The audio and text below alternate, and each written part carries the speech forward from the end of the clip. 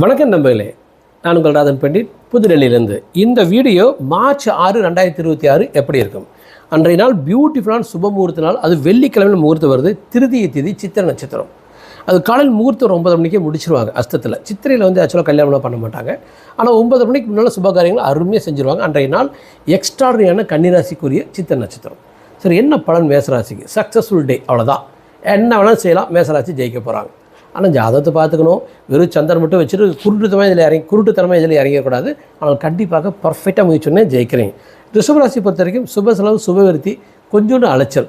அதே மாதிரி மிதுன ராசி பொறுத்த வரைக்கும் உங்களுக்கு குருச்சந்திர யோகம் இருக்குது, கஜகேசரி யோகம் இருக்குது.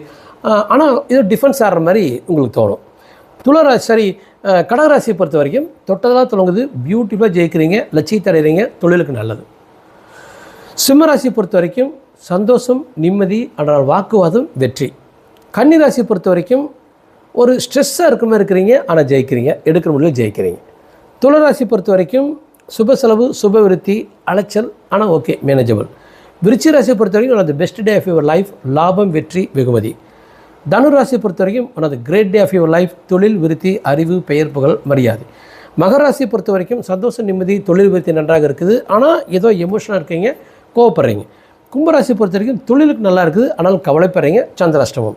இதே மீன் ராசி பொறுத்த வரைக்கும் பியூட்டிஃபுல்லாக இருக்குது, திறமையும் அறிவும் குடும்பமும் வெற்றியும் அருமை. தத்துவத்துக்கு வர்றேன். நம்மளே தினசரி என்னோடய வீடியோ பார்த்துருங்க, வாழ்க்கையை ஜாலியாக எடுத்துருப்பாங்க. எப்படி ஞாபக சக்தி அதிகப்படுத்துறதா சொல்லட்டுமா? நிம்மதியாக இருந்தால் ஞாபக சக்தி அதிகமாகிடும்.